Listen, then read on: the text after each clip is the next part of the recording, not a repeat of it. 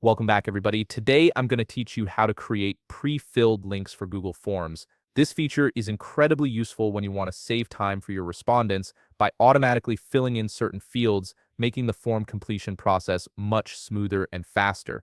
Let's start by opening your web browser and heading over to forms.google.com. Once you're there, you'll need to log in using your credentials. Make sure you're signing into the Google account that has access to the forms you want to work with.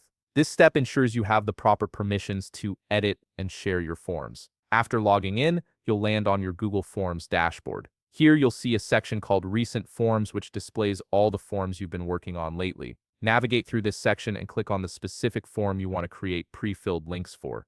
This will open up the form in editing mode, giving you access to all the customization options. Now direct your attention to the upper right corner of the form. You'll notice 3 dotted lines, which is your menu icon. Click on those 3 dots and a drop-down menu will appear with several options. From this menu, select Pre-fill Form. This is the gateway to creating those customized links that will automatically populate certain answers for your respondents. Once you click Pre-fill Form, you'll see the form open up in a preview mode. Here's where you get to answer the questions exactly how you want them to appear when someone opens your link. Fill in the fields with the information you want to be pre-populated. This could be anything from a department name, a specific event, or any default answers that make sense for your use case. Take your time here to ensure the information is accurate. After you've filled in the form with your desired answers, look for the button that says Get Link. Click on it, and Google Forms will generate a unique URL that contains all the pre-filled information you just entered. This link is what you'll share with your respondents. Next, navigate to the bottom left panel of the screen. Here you'll find an option to copy link. Click on this to copy the entire URL to your clipboard.